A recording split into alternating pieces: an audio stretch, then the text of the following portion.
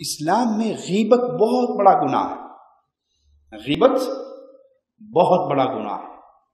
مردہ بھائی کا گوشت کھانے کے مترادف کہا گیا ہے اس غیبت کو۔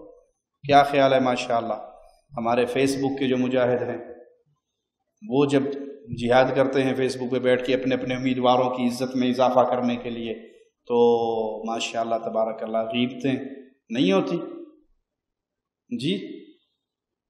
معاملہ تو الزامات تک آتا ہے، 80 کروڑ کھا گیا سی، تو انہوں دے کے آئے سی اپنے ہاتھوں،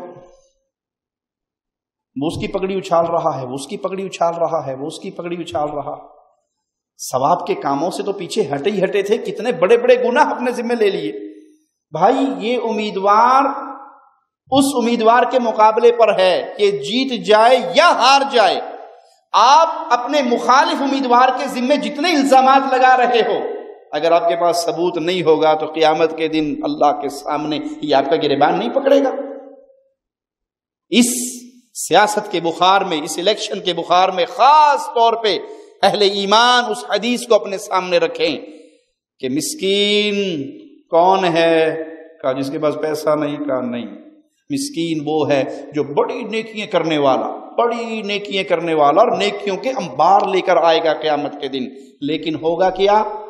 کسی کو مارا ہوگا، کسی کو گالی دی ہوگی، کسی کو کی غیبت کی ہوگی، کسی کی چغلی کی ہوگی، کسی پہ الزام لگایا ہوگا، سارے اکٹھے ہو کے آ جائیں گے، اللہ بدلہ لے کے دے۔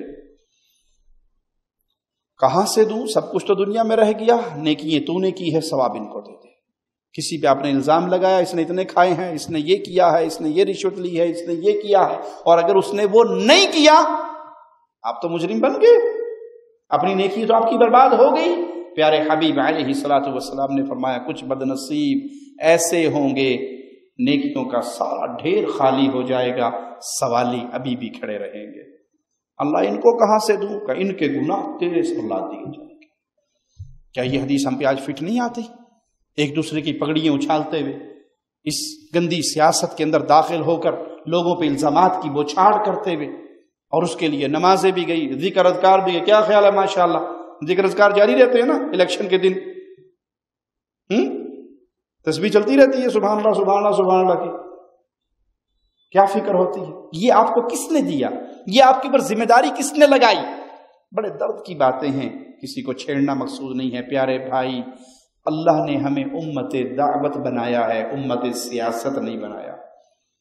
سیاست جن کا کام ہے ان کے حوالے کر دیجئے، آپ کے ذمے اللہ نے اصلاح کا کام لگایا، دعوت کا کام لگایا ہے۔ آپ لوگوں کو توحید کا پیغام دیں، لوگوں کو اللہ کے قریب کریں، لوگوں کو اللہ کی محبت کے ذریعے سکھائیں، یہ آپ کا کام ہے۔ اس کام کے لیے آپ کو حکم بھی ہے، پیارے نبی صلی اللہ علیہ وسلم نے مثالیں دے دے کر بھی سمجھایا ہے۔